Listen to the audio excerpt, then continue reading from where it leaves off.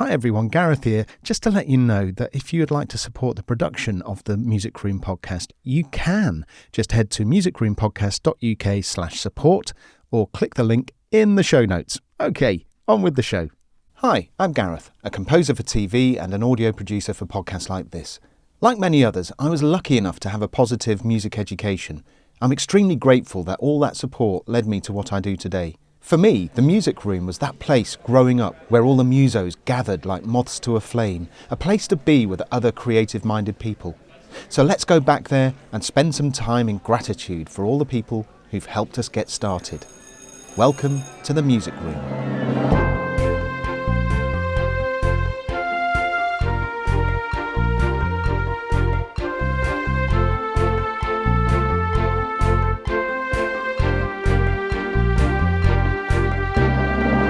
This week in the music room.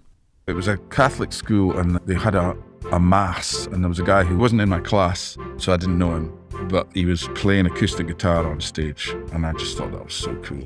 And it was Jed Grimes, who went through Danny Wilson with me and is now in Simple Minds. Hello and welcome to The Music Room, the show where I chat with composers, songwriters and musicians about their formative years and a little bit of what they're up to now. There's a growing collection of fascinating stories you can listen to, so if you like this episode, go back and listen to the other episodes. They're all standalone. It's not Coronation Street. Head to musicroompodcast.uk and the link is in the show notes for your ease. In this episode, you're going to hear from Gary Clark. Yes, the Gary Clark, songwriter, producer, musician, founding member of Danny Wilson, King L and Transistor. Actually, we spend a bit of time talking about a movie that Gary soundtracked, 2016's Sing Street. If you haven't seen it or fancy a rewatch, hit the pause button and go and do that. Or listen to the soundtrack. Or both. Or just sit back and enjoy the chat. But first, music stories.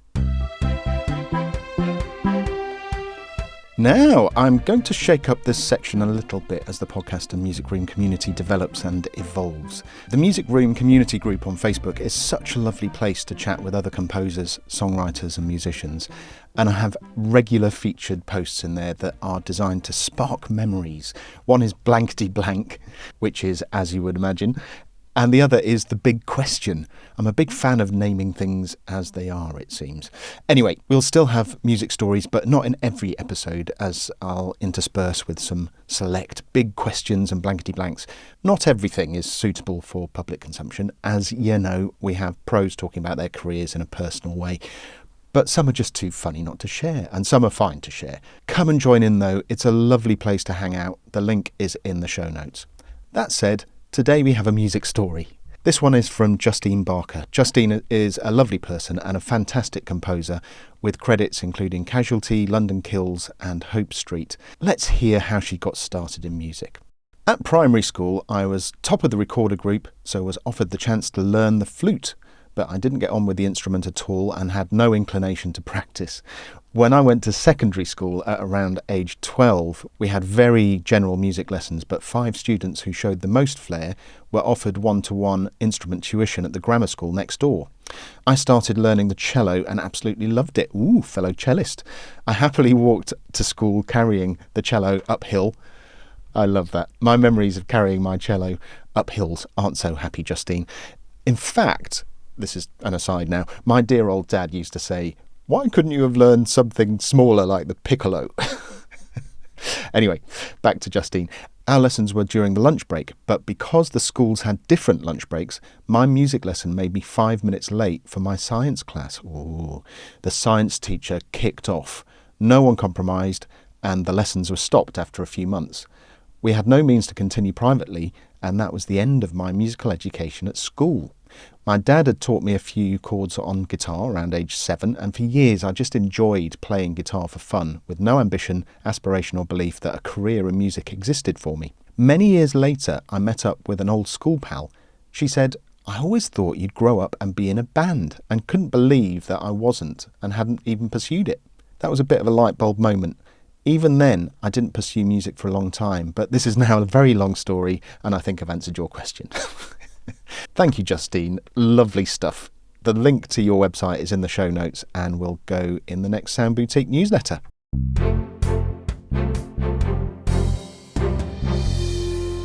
Gary Clark, born in Dundee, Scotland, is a musician, songwriter and producer. As a performer, he's best known as the frontman of 80s pop band Danny Wilson and mid-90s rock band King L, as well as for being a member of Transistor.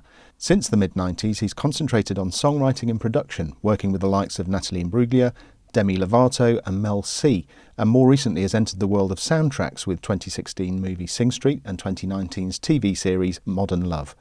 I really enjoyed chatting with the legend that is Gary Clark, and I hope you enjoy listening to his stories. And stick around to the end to find out what item and piece of advice Gary has left in the music room. Here we go. Gary Clark, songwriter and musician, welcome to the music room. Thank you. Thank you for having me. It's nice to be here. It's a real thrill. Gary, I could ask you about your time in Danny Wilson all day long, but it's so well documented. I'm going to put a link in the show notes for an interview you did in 2018 for classic Scottish albums on BBC Sounds. There was a thing you did for the album Meet Danny Wilson, which is really interesting, and I urge listeners to go and listen to that. But I would like to touch on two post-Danny Wilson things before we go back in time. The first is the band King L, and for listeners, it's the word King and the letter L. Yeah. Not being rude. The band you formed with Eric, Neil and Matt. It was a heavier sound, wasn't it? Was that a conscious choice or did that happen organically? The album I did before was my first solo album. It's called 10 Short Songs About Love. And to do that album, it's the album that really got me deeply into home recording. And I put a studio in my flat in London and stuff. And so it was very techie and it was very overdubby and it was very much a kind of labour of love in the recording sense. And when I did that, and it didn't do very well either, so the instinct that I had was just to go in the exact opposite direction. And that was really just to be in a room where you could record people live. And in the process of writing songs for that solo album, and also by that time I'd started writing with and for other artists. But in that process, I was on a trip to LA and my publisher introduced me to Eric Presley, who was a great songwriter, bass player. And we just kind of hit it off. It turned out we were born in the same month in 1962 and we had all the same records in our record collection. And it was one of those. And Eric's sadly no longer with us actually, but he and I really hit it off. And I asked him to come to London, I think it was just a songwriting trip really at first. And that kind of grew into this idea of, what about a band? And he brought Matt in and I brought Neil McCall in. And it was just, we just needed, all of us at that time just needed some fun, just be live in a studio. There's something there's no right or wrong with music, is there? You can't say, or you can't do things in the box. You can't just play live. But there is something magic about the community of playing live, isn't there? And being in the same room and feeling the music together. I think there's something special about that. Well, actually, there's an Amazon TV series that I'm executive music producer on. It's John Carney, who also did Sing Street, but he invited me to look after the music for this series. It's called Modern Love. And I just wrote the liner notes for the vinyl that was just released. And I was talking about exactly that because I had to do the whole season 2 through lockdowns and everything was done over Zoom, even recording sessions, vocal sessions, everything was done across Zoom. Never met a human being in like the year of making the show. And then at the very end, the restrictions had lifted enough for us to do some string sessions for some of the score that I'd written. And we went into a studio in Glasgow, and when the players started playing, I honestly just nearly burst into tears. It was my word. It was incredible. It's just human beings in a room. Yes, absolutely. Yeah, there were restrictions in the orchestral studios, weren't there, about the chairs being so they had to get one set of players in and then do the same thing with another set of players and then layer them up in the recordings. It meant it was done, but nothing like being in the same room. Yeah, exactly. Magical. Yeah. So, fast forward to the 2000s, you suddenly have a long-term collaboration with Natalie Imbruglia, a move to LA where your writing career seems to flourish. And the list of artists you've worked with and written for is really extensive.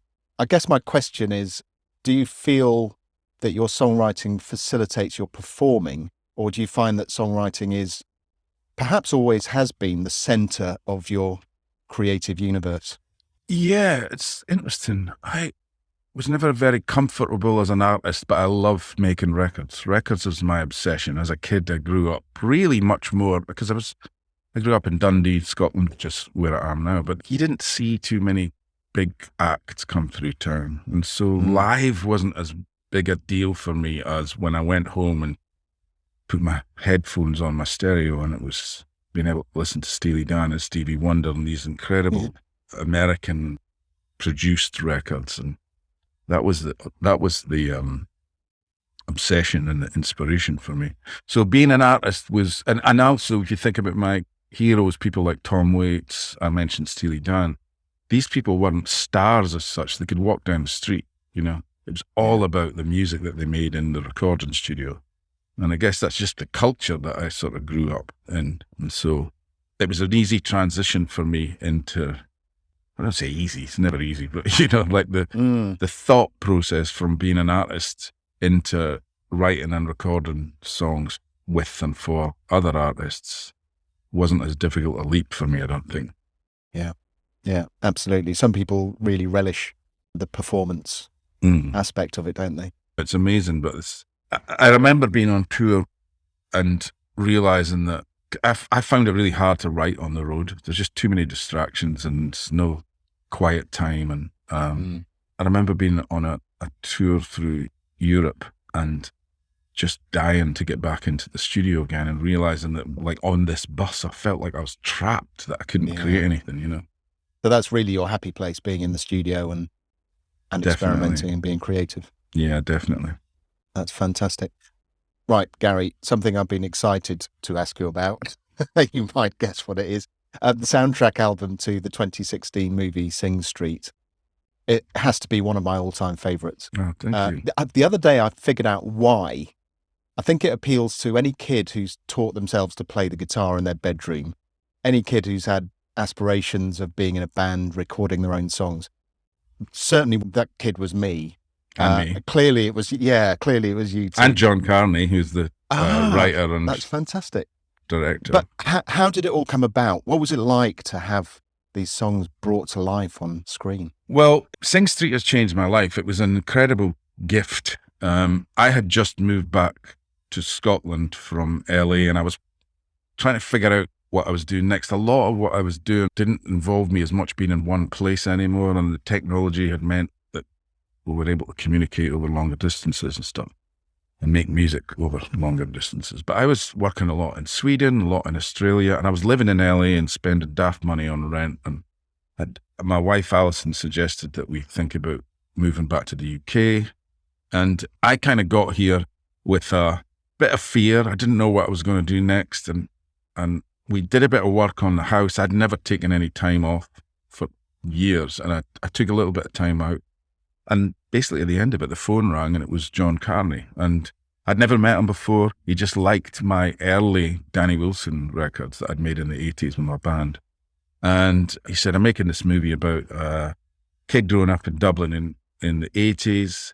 He told me the story and I was like, that's practically my life story, you know. And it was kind of practically his life story.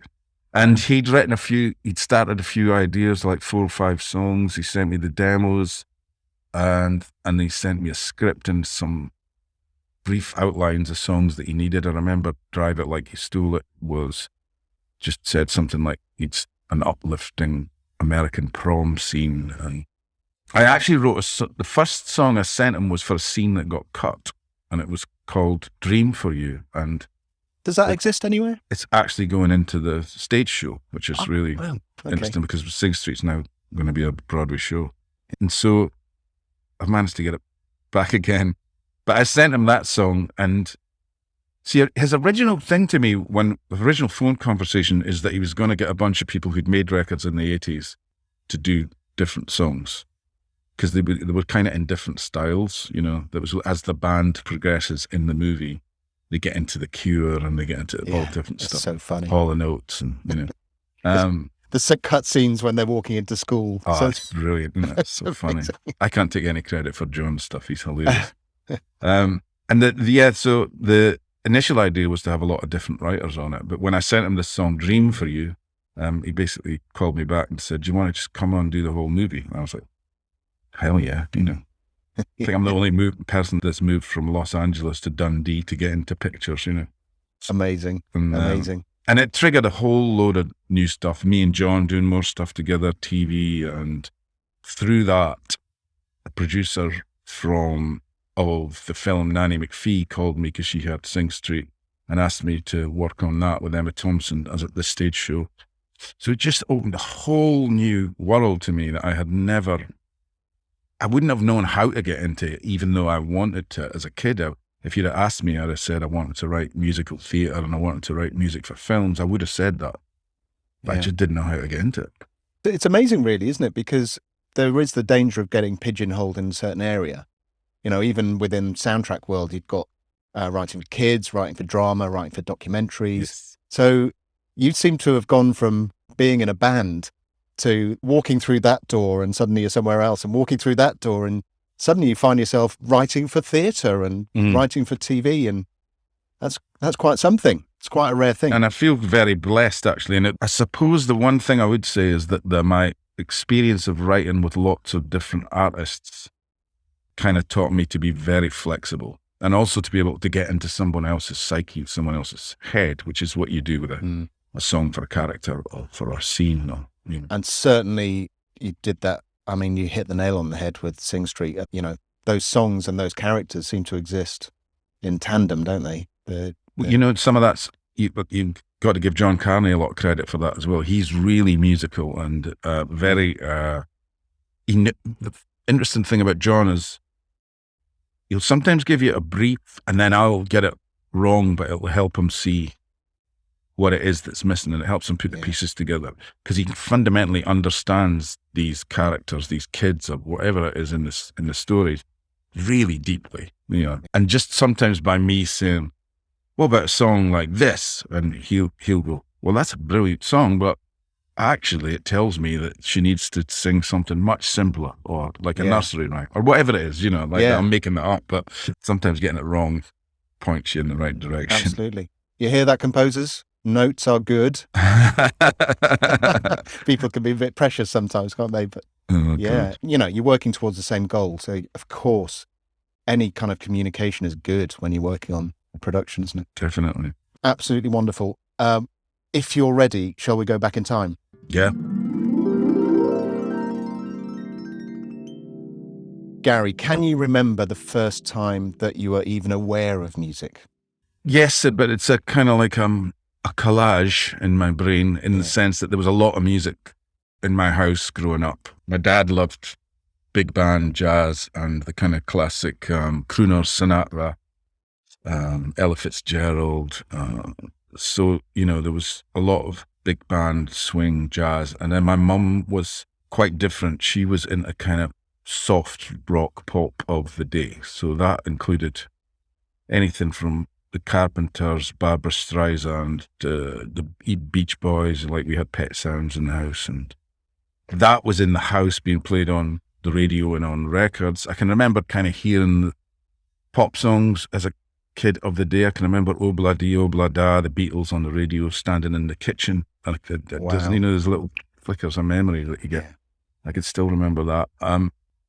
But then my family was a kind of Irish Catholic family, and when everybody got together for birthday parties or Christmas or whatever it was, it would inevitably become a sing-song.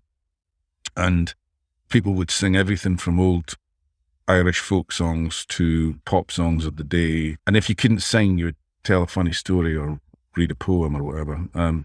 But the powerful memory for me, because I would be just an infant, and I would get up and sing as well, but the powerful thing for me was all of these songs had to stand up as songs with no accompaniment, or sometimes with accompaniment. Occasionally someone would have an accordion or something, but they were all really powerful story songs that you could tell people they had the party songs because they worked in that environment, So people could stand up and start singing and bring people to tears or make people laugh or make people dance or whatever, and I think that had a huge effect on me. You've always struck me as someone who, if you can't sit down with a song and play it on a guitar or play it on a piano and it still be, as powerful, it's not necessarily going to work. I mean, you can go in a studio and throw the kitchen sink at things. I think when I worked in pop music, particularly in LA, there's definitely a kind of music that is more track-based. And I was always trying to still keep it feeling like a song. But I have worked in areas that wouldn't work so much. But it is definitely what I believe in and also what I come back to, It was funny. Just as an aside, we're watching I don't know if you've been watching the Eurovision semi-finals. No.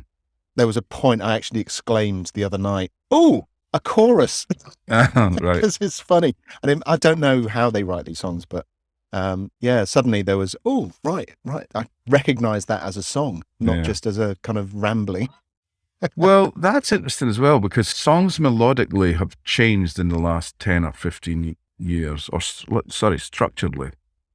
In that the thing that's happened with the ability to make really impressive tracks and beats and stuff is that the songwriting process, I mean, I'll just briefly go into it, but there tends to be a group of people who are what they call track guys and a group of people who are what they call top liners. This is in pop music. Yeah. And the track guys very often will have a bunch of ideas for tracks before the top liners come in, and then the top liners, it's their job to write melody and lyric.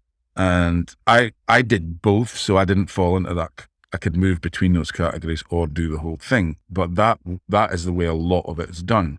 And what you get from that is that the top liners are really just coming up with a series of, I'm not saying that this is harder or easier or worse or better or anything, but it's a series of hooks until you get bored of that hook. So, like the tracks there, it's usually just the same 4 chords beaten over and over again. And the top liners will come up with a hook and everybody's, oh, that's cool, let's do that. So they'll repeat that and then it's like, no, I'm bored. Right, do something else, And if you listen to a lot of modern pop records, sometimes they don't even repeat the bit that they didn't, they're not structurally what we would traditionally call a song structure, a verse, chorus, or whatever. Yeah. Where were we?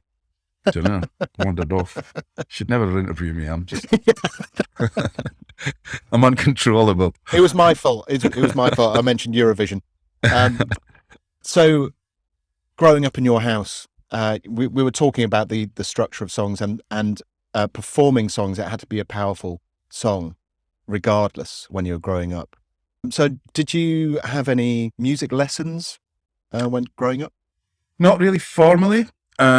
I tried to learn guitar, but I was too impatient. I got a guitar when I think I was 11, and I went to a local guitar teacher, but it was, Frere Jacques picking it out, like reading the notes. And I was just like, I just want to play, whatever the latest David Bowie tune was that was on there. So I regret that now because I mean, although I guess the teacher didn't inspire me very much, but that's one thing I wish I'd had a formal training, particularly when I work a lot in TV and film and stuff now. But there was a teacher at school who was actually a science teacher. He was a chemistry teacher called Paul Fitzpatrick. And he used to take his lunch times and teach kids who were interested rock guitar, pentatonic scales, and he'd play records. And he was the first person to play me Steely Dan and teach you licks and scales and stuff. And so he really opened up the guitar for me, and that was really helpful and really powerful. He also, as I say, he would turn me on to records that I'd never heard before. So did that lead you directly to forming a band or writing songs? Yeah, or? We had a school band when I was at Sing Street, basically. I was going to say. About 14. Yeah. And how do the songs compare? Were you writing original things or were you doing covers? Actually, I was quite early on, yeah. I had this sense, I actually knew from very, very young that music was what I wanted to do. And not unlike in Sing Street, although it's the brother who says it in Sing Street, his big brother says it, I kind of quite quickly came to the conclusion that all the people that I loved were writing their own songs, So I knew that I had to learn to write songs. And so just me with a guitar trying to figure it out. I mean, it so sings through, it's ridiculous. It is. You just cracked on. So basically your chemistry teacher is your kind of pivotal moment for learning an instrument. Yes. I mean, well, I could already play, and I'd learn by ear songs from the radio and stuff, but he helped me to, I don't know, just expand that and structurally understand things like scales and stuff. So you got your school band.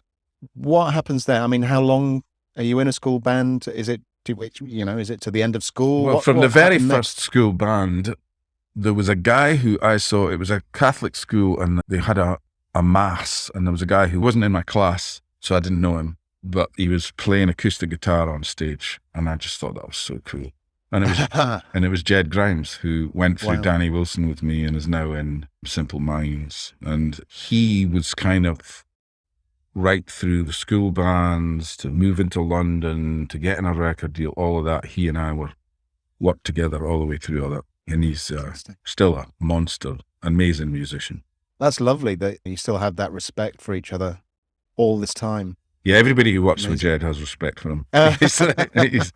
He's just solid as a rock. He's just one of these, And actually, I think he had a huge, wandering off again, but like when he joined Simple Minds, which is now about 15 years ago, he had a huge influence on kind of the trajectory of that band. Like they're playing big stadiums again and touring and doing all that stuff because of his energy, Yeah, it's a real resurgence, isn't it?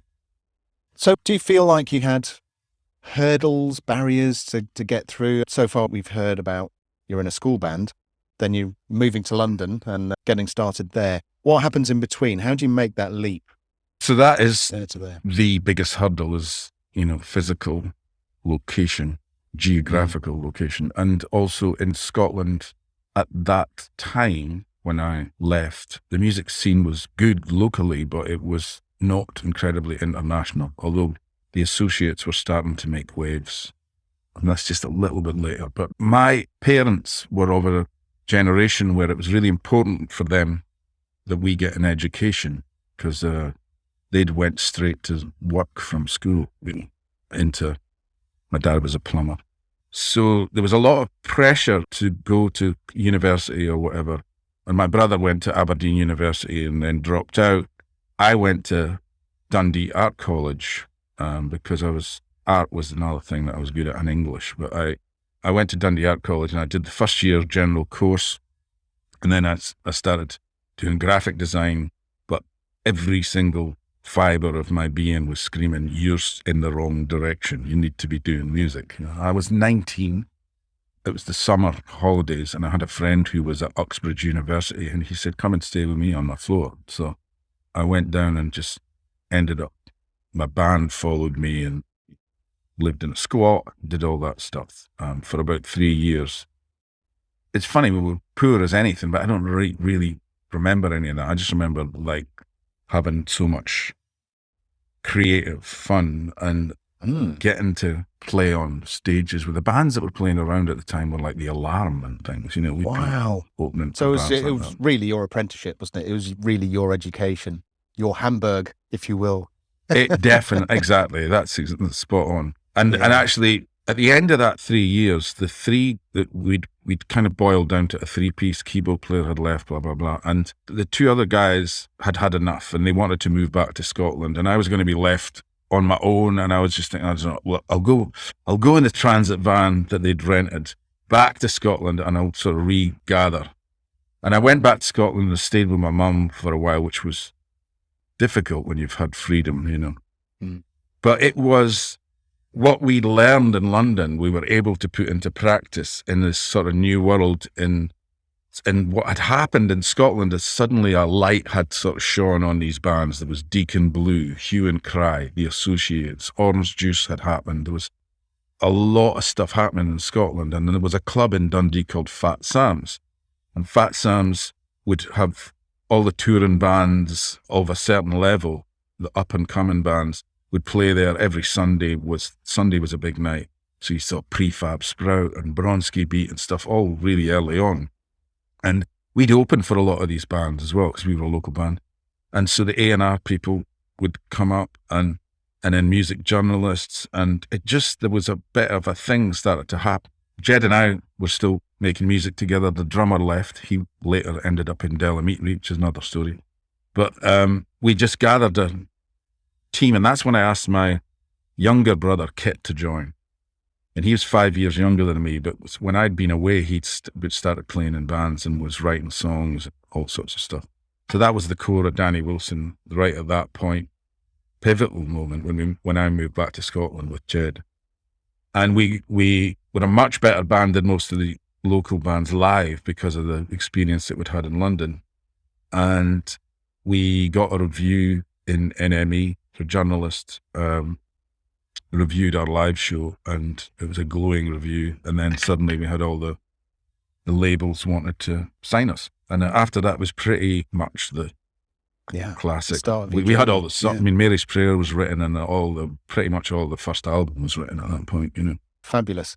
Right. I am asking each guest to leave an item that helped them become who they are today, and a piece of advice for anyone wanting to get into the music industry. So what item would you like to leave in the music room? I had to think about this, but when I first moved to London, and I remember buying a book in Foyles on Charing Cross Road, and I was looking for a rhyming dictionary, and I bought this book, hardcover book, which I still have, by Jean Lees. I think it's called The Modern Rhyming Dictionary, but it has a longer title. And it's a rhyming dictionary, but it's also, he comes from the old school, the kind of Cole Porter world of perfect rhyming. He's scathing about modern pop music, and it's so old-fashioned, it's terrible. However, it is the absolute Bible on understanding rhyme. And if you take the time to read it and take the time to understand it and then apply it to the modern world, you'll have an amazing grounding in that particularly tricky area of rhyming, you know. Yeah. And I still realize every day that it's there in the back of my mind, even though the lyrics are much freer now in the rhyming scan, but the grounding is really important. So that's your little bit of classical training there. Yeah. No, that's brilliant. It's like a go-to tool that you have in your songwriting toolkit. Mm. What advice would you like to give then? Well, I don't feel so qualified in terms of for people who are starting out, in the sense that the music business has changed so dramatically. Different. It's very different from when I was. But the bit of advice that struck me was more about finishing songs when you're in that pool of doubt. When I was starting the second Danny Wilson album, starting to write Bebop Mop Top is the name of that album, nothing was good enough for me. And I was sitting at the piano and the guitar for weeks and weeks and weeks on end and just wouldn't finish anything. And I had all these bits, but it was frustrating me that they weren't good enough. And my A&R representative at Virgin Records, Ronnie Gareth, just said to me, "You just have to finish something." And he said, "You don't even have to play it to us if you don't like it, but you just have to finish something." And I thought, he's right. And so I just finished one of these ideas, which, it's okay. And then it led me to finish another idea and another idea. And I will say that I now no longer get writer's block. I just don't get it, because it's to do with the application of just finish it. Yeah. So that's my advice. Just finish it. I'll take that on myself. Yeah. I mean, with soundtrack work, that's fine. Like yourself, just no writer's block there. But with songs, it's different. I find sometimes I have to just leave it alone and come back because it's, I'm not saying you can't walk away every now and again. It depends on if there's a deadline or if there's... Yeah, for sure. But there is a way through. That's an interesting thing. That kind of raises a slightly different thing, which is, I do think there is a craft to songwriting that you can learn to look at the song and go, what is the pivotal point of this song? And everything should support that pivotal point in that song, whether it's a musical or lyrical or both kind of point. And that helps as well, just structure, Yeah. Gary Clark, it has been absolutely wonderful chatting with you. And you. Thank you for joining me in the music room. Thank you. It's been a pleasure.